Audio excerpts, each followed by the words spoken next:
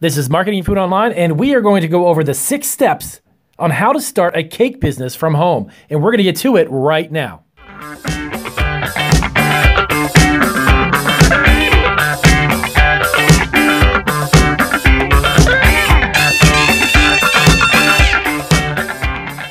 All right, so this is Marketing Food Online. This is YouTube's premier food entrepreneur channel, and we are super excited to bring you this video on how to start a cake business from home.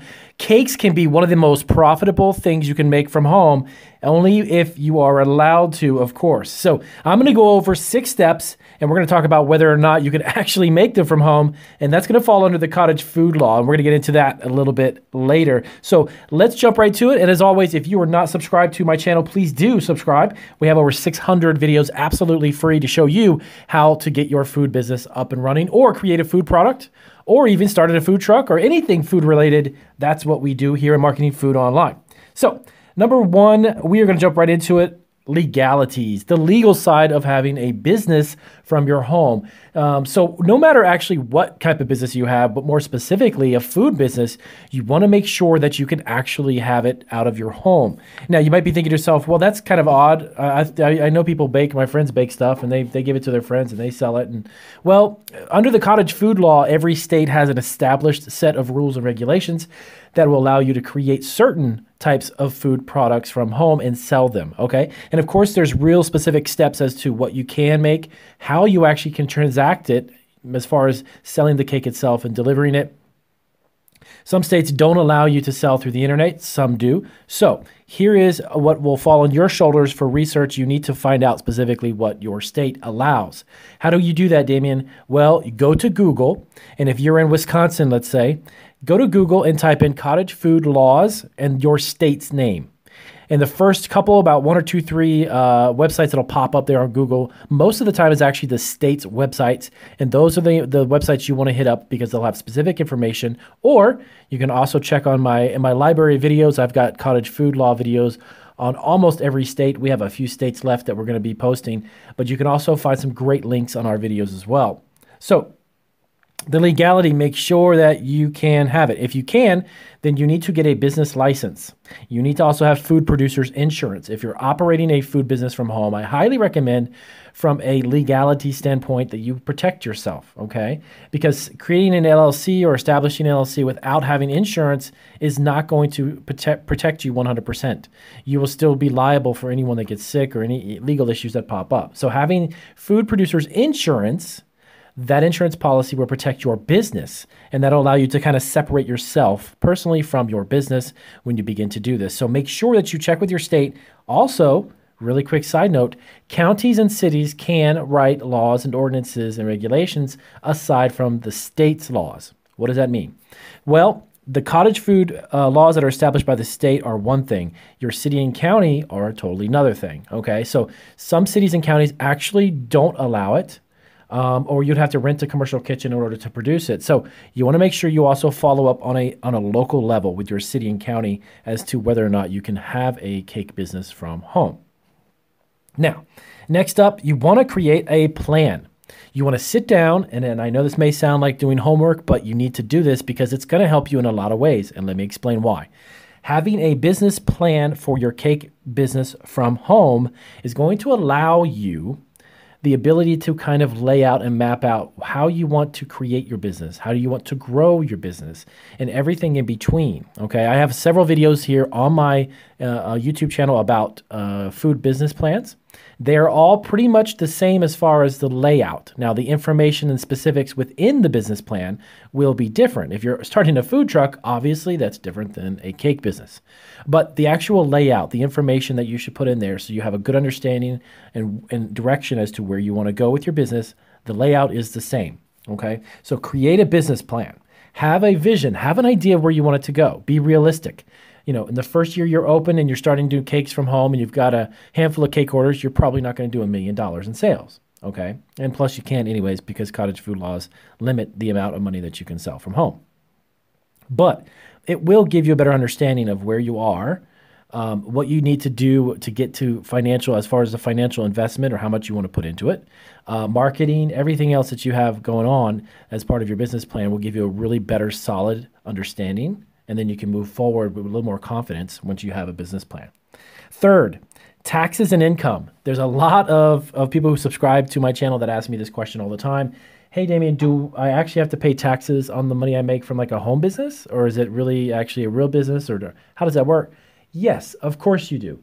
Whatever profits that you make, you have to pay taxes on, because that would be considered income. Now, I am not giving you accounting advice. I am not an accountant or any type of legal accountant or anything of that sort. But I have been in the food business for over a decade, and I can tell you my accountant has told me a lot of things. So I recommend that you double check with an accountant, specifically your accountant, and you let them know that you're going to start a cake business from home.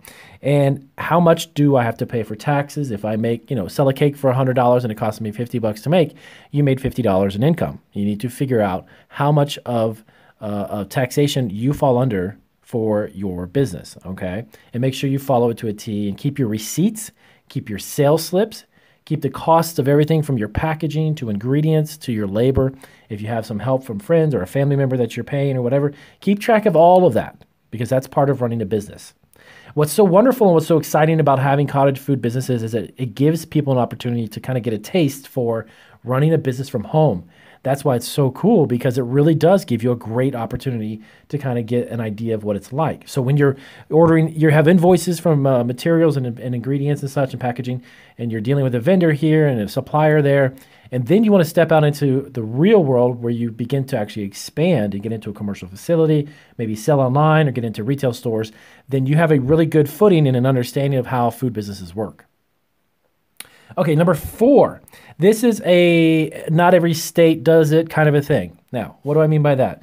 Okay, food safety licensing or food safety certification that you may have to take a course. Now, the reason why I say you may is because not every state requires it, okay? And some cities and counties require it, but then some states don't.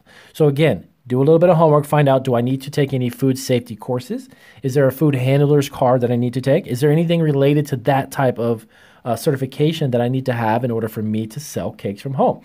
Again, please, for your own sake, follow the rules of what they have established, because that way you can't get in trouble, you can't have questions, nobody's going to come back. So make sure that you are on with every single type of certification or permit that you may possibly need. Okay. Number 5, promoting and networking your business. So Damien, I want to start my cake business from home, but how do I actually get the word out? Like, I'm not really, a marketing genius. I don't do advertising. You don't have to be. Start locally. Tell your friends, tell your coworkers. If there's someone at work whose friend or cousin or sister or brother is getting married, say, hey, you know what? I do wedding cakes. I'd love to have the opportunity to do that wedding for you. Go to a local business. Hey, by the way, I've got a fantastic portfolio put together of some samples of cakes I do. You guys have a corporate event? I would love to supply you guys with a cake. Can you give me an opportunity to do that? Get out there and you got to hustle it, okay? But you need to also make sure you have a business card.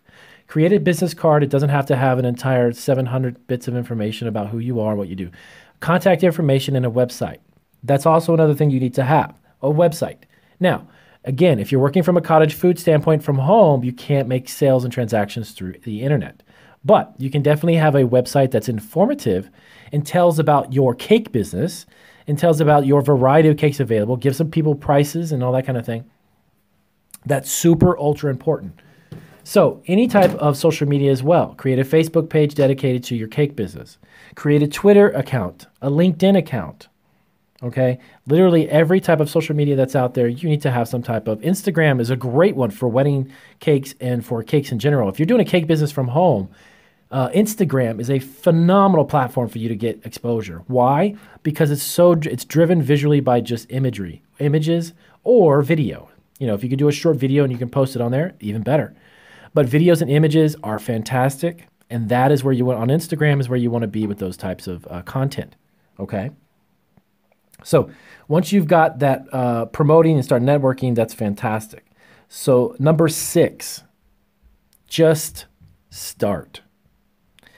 That is probably the most important bits of information I'm giving you on this video right now.